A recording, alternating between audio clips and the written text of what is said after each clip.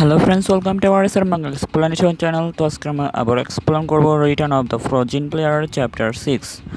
তো এর আগের এপিসোডে দেখেছিলাম আমাদের জুনহো এখানে তার ওই আনক্লিয়ার গেটের ভিতরে ঢুকে পড়েছিল। তো ঢুকে পড়ার পরে এখানে দেখা যায় বিকেলের টাইম। তো বিকেলের টাইমে আর কি এখানে সূর্য ডোবা শুরু হয়েছে এখানে, মানে ওই রকম করে আর কি দৃশ্যটা এখানে চলতেছে। তো এটা দেখে এমন করে মানে বলতেছে। তো এটা দেখার পরে বলতেছে এটা বেশ আরামদায়ক মনে হচ্ছে আমার জন্য। তো এটা আর কি বুকে হাত দিয়ে বলতেছে। তো আশেপাশে দেখা যায় কিছু কবরের স্থান। তো এখানে বলতেছে এই জায়গাটা আরামদায়ক মনে হয়, আমার মনে হয় আমি ধীরে ধীরে পাগল হয়ে যাচ্ছি। তো এটা বলার পরে এখানে তার সামনে স্ট্যাটাস উইন্ডো চলে আসছে। এখানে বলতেছে আপনার স্টেজ 1 এবং আপনার পার্টি ক্যাপের নিচে 10 জন লোক লিয়ার কন্ডিশন সূর্য না ওঠা পর্যন্ত, মানে যে কন্ডিশন হচ্ছে সূর্য না ওঠা পর্যন্ত বেঁচে থাকতে হবে। তো এই তথ্য অনুযায়ী এই গেটটি এতটাও কঠিন নয় আর কি বলতেছে। তো এরপরে বলতেছে লক্ষ্য সহজ, সূর্য ওঠা পর্যন্ত মাত্র 10 ঘন্টার মতন বেঁচে থাকা দরকার। তো আর কি বলতেছে আমি এখানে একটি ভালো সময় এসেছি, মানে বিকেল টাইমে আর কি। তো পরে ডেটার মধ্যে খুঁজেছেন এই দেখা গেছে যে দলগুলি ভোরে গিয়েছিল তারা সবচেয়ে বেশি সময় বেঁচে ছিল। তো এটার পরে আর গেটের ভিতরে সময়টা অন্যরকম, দেখা যায় অনেক রাত হয়ে গেছে আর কি, মানে তারা ভোরে গেছে আর দেখা যায় রাত হয়ে গেছে। এটা দেখে আর কি ওরা সব ঘাবড়ে গেছে। তারপর যারা বিকেলে গিয়েছে তাদের কোনো সমস্যা ছিল না। সময়ের পার্থক্য এবং সম্ভবত 10 লড়াই ছিল দূরে, মানে 10 বছর, মানে 10 ঘন্টা আর কি লড়াই ছিল। তো এরপরে শেষ পর্যন্ত তাদের কিছুই করার ছিল না, মানে মরে গেছে দেখা যায় তারা দুজন। তো এটা শোনার পর বলতেছে আবার অন্যগুলো হতে পারে, আমি সব ধরনের জিনিসগুলোর অভিজ্ঞতা আছে আমার। তোমার যা কিছু আছে আমাকে দাও। তো এরপরে এখানে রাত হয়ে গেছে। রাত্রে এখানে আমাদের মেন ক্যারেক্টার বলেছে এই অদ্ভুত স্কিল অনুভূতি আছে যে না আমি মানে ভূতরে আছি, মানে আমি চারদিকে ভূত এখানে মনে হচ্ছে আছে, তাই এরকম মনে হচ্ছে। তো এখানে বই পড়তেছে আর বলতেছে এটা মনে হয় আনডেটের কাজ, এটা বিরক্তিকর হবে, তাই বলে এখানে ওঠার চেষ্টা করতেছে। উঠে দেখে যে মাটিতে গর্ত হয়ে যাচ্ছে, গর্ত হয়ে তার হাতটা বের হয়ে গেছে। আনডেটের হাতটা বের হওয়ার পরে এখানে আমাদের জুনহো বলতেছে আমি জানি যে তুমিই এটা, তাই বলে এখানে তরোয়ালটা বের করে ফেলেছে। তরোয়াল বের করার পরে মাথায় একটা স্ল্যাশ মারছে। স্ল্যাশ মারার পরে না মাথায় আর কি ডান্ডি মারছে, মানে তরোয়ালের কভারটা দিয়ে। তো না তুমি বাইরে আসার দরকার নেই, তুমি ভিতরে ফিরে যাও, তাই বলে এখানে মাথায় জোরে করে বাড়ি দিয়েছে। বাড়ি দেওয়ার পরে এখানে সে মরে গেছে। মরে যাওয়ার পরে এখানে বলেছে আমি এখানে তাদের অনেক কিছুই অনুভব করতে পারি। তো এরপরে তার একটা স্কিল এখানে আনলক হয়েছে, হান্টার নাইট নামে একটা স্কিল। তো সেই স্কিলটা এখানে অ্যাক্টিভেট হয়ে গেছে। এটার কাজ হচ্ছে আর কি সে রাত্রেবেলা সব কিছু সেন্স করতে পারবে, মানে সেন্স পাওয়ারটা মানে ইনহ্যান্স হয়েছে। ইনহ্যান্স হওয়ার পরে এখানে অন্ধকারও সব কিছু দেখতে পারবে। তো দেখা যায় যে এখানে চারপাশে সব মনস্টারগুলো এখানে উঠে চলে আসছে, জম্বি মনস্টারগুলো যেগুলো মাটিতে তলে শুয়েছিল, তো সেগুলো সব উঠে আসছে মারার জন্য জুনহোকে। তো এটা দেখার পরে একটা শয়তান এখানে জম্বি এখানে গালা করে এখানে আক্রমণ করতে আসছে পিছন দিয়ে। তো পিছন দিয়ে এখানে পিছনে ফিরেই একটা স্ল্যাশ মারছে আর তার মানে গলাটা এখানে কেটে ফেলছে। তারপর বলতেছে তো এখানে আর বেশি হিট দেওয়া লাগে না তাদেরকে, তাদের একটা হিটেই শেষ হয়ে যায়। তাই বলে এখানে একটার পর একটা মেরেই যাচ্ছে। তো মারার পরে এখানে দেখা যায় চারদিকে ব্লাড মানে ছড়া যাচ্ছে। তো ব্লাডগুলো ছড়ানোর পরে এখানে দেখা যায় সবগুলো নিচে পড়ে আসছে, তার মানে সব ক্লিয়ার করে ফেলেছে। আমি বুঝতে পারছি না কেন এটাকে নবজাতকের কবর বলা হয়, মানে যে বিগিনারদের কবর বলা হয়।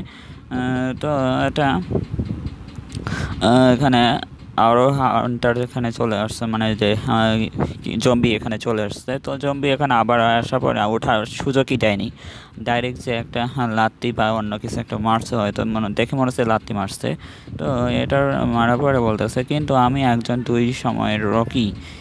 তো আমি এতটা দুর্বল নই যে আমি পছন্দের কাজ পড়ব, মানে এত সহজে হার মেনে যাব, তাই কি বলতেছে আমি এরকম নই। তো দাঁড়াও, সামনে আরও মনস্টার চলে আসছে, বলতেছে আরও আসছে এই মনস্টারগুলো।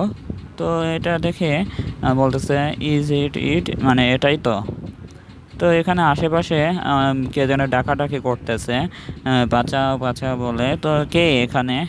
তো এখানে বলতেছে কে এখানে, এই ভয়েসটা তো কোথায়, তুমি কোথায়, তাই বলে এখানে বলতেছে। তো এখানে বলতেছে একজন পি ব্যক্তি, মানে একজন প্লেয়ার এখানে।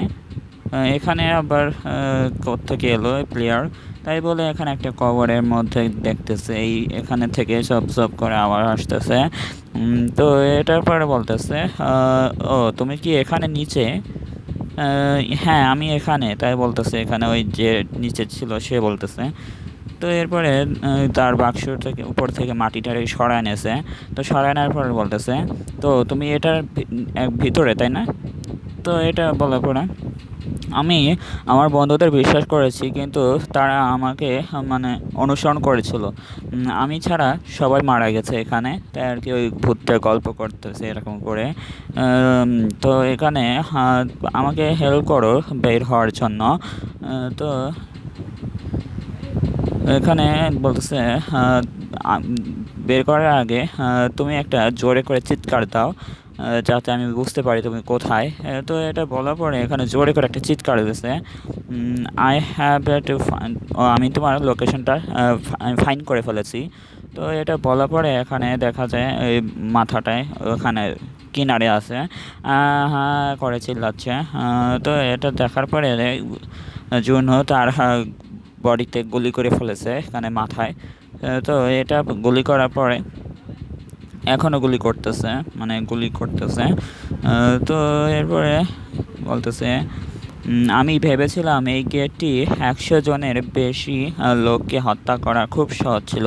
তুমিও তো এই নবজাতকের কবর বানিয়েছিলে তাই না? মানে এটা আর কি বস হতে পারে এখানে। তো এই বস বলতেছে মানে চিল্লাচ্ছে বের হওয়ার পরে এখানে দেখা যায় রাগ হয়ে গেছে। তো এই বসটার মানে একটু পাওয়ার বেশি ছিল, তো সেই জন্য মানুষের নকল করতে পারে আর কি আওয়াজ। তো সেই জন্য আর কি মানুষের নকল করে এখানে মানুষদেরকে ধোঁকা দিয়ে তার সামনে চলে আসে আর কি, আর তখনই সে স্বীকার করতে পারে, এরকম আর কি চালাকি এই মাস্টারের। তো এখানে বলছে তুমি কে, হ্যাঁ? তাই বলতেছে এখানে মনস্টারটা। তো কিছু বলার সুযোগই দেয়নি, আগেই মানে অর্ধেক করে ফেলেছে তার বডিটা জুনহো, মানে জোরে করে একটা ফ্ল্যাশ মারছে আর তার বডিটা অর্ধেক হয়ে গেছে মানে জুনহোর। তো এরপরে অথচ এই গেটটা তাহলে আর বাকি মানে আর কিছু বাকি নেই, তাহলে এখানে তার গেটটা দেখা যায় যুদ্ধ শুরু হওয়ার পর গেটটা খুলবে না। তো যদি একটি মাত্র খেলোয়াড় বেঁচে থাকে তাহলে আর কি এই গেটটা খুলবে। আগে থেকে খেলোয়াড়রা সম্ভবত এই 100 জন মানে 100 জন গেছিল, কিন্তু কখনো কখনো আপনি চিন্তা ছাড়াই কাজ করেছেন। তো এরপরে আমাদের জুনহুর সাইডে চলে আসছে। এরপরে বলতেছে আশ্চর্যের কিছু নেই, যদিও সেখানে জম্বি ছিল, তাদের সবাই পরাজিত করার এত কঠিন ছিল না। তো এরপরে বলতেছে এটা সব ছিল চাতুরিকারী কারণে, মানে চালাকির কারণে। তো এরপরে এখানে বলতেছে তুমি সাকসেসফুলি ক্লিয়ার করে ফেলেছো এই কার্স অফ দ্য টাউন। গেটের নাম ছিল এই গেটটা ক্লিয়ার করে ফেলেছো তুমি। সব মনস্টারদেরকে মেরে ফেলেছো। তো এখানে সব কিছু আর কি নোটিফিকেশন আসছে। এরপর বলেছে আমি 4 নাম্বার লেভেল আপ করেছি। তো তো এখানে আমাদের লেভেল 5-এ যে পৌঁছায় দিয়েছে আমাকে। তো এরপরে তো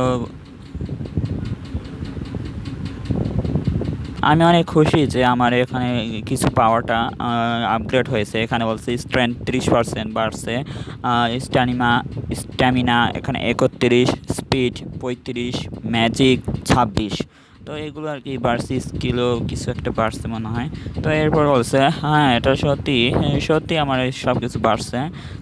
তো এরপরে বলতেছে তুমি একটা রিসিভ করেছো কনফিউশন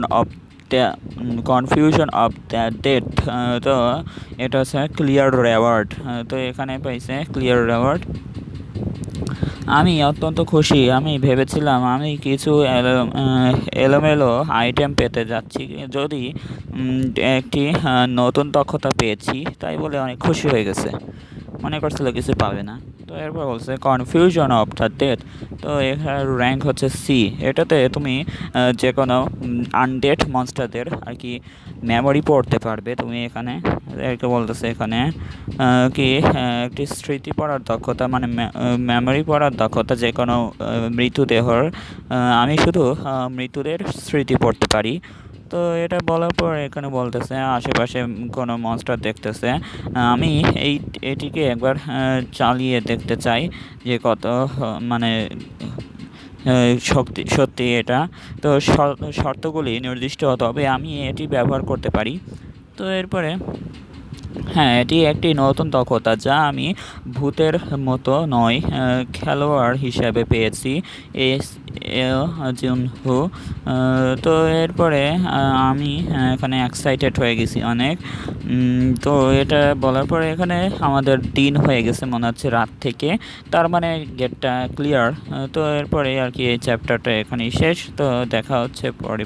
ভিডিও ভালো লাগলে লাইক করে দিবেন আর কমেন্টে জানিয়ে দিবেন এই চ্যাপ্টারটা কেমন লাগতেছে এক্সপ্লেন করতে। তো এরপরে সাবস্ক্রাইবও করে দিন ভালো লাগলে। যারা যারা নতুন এসেছেন অবশ্যই আগের প্লেলিস্টগুলো দেখে নিতে পারেন। আমার কাছে প্লেলিস্টগুলো সাজিয়ে দেওয়া আছে এখানে।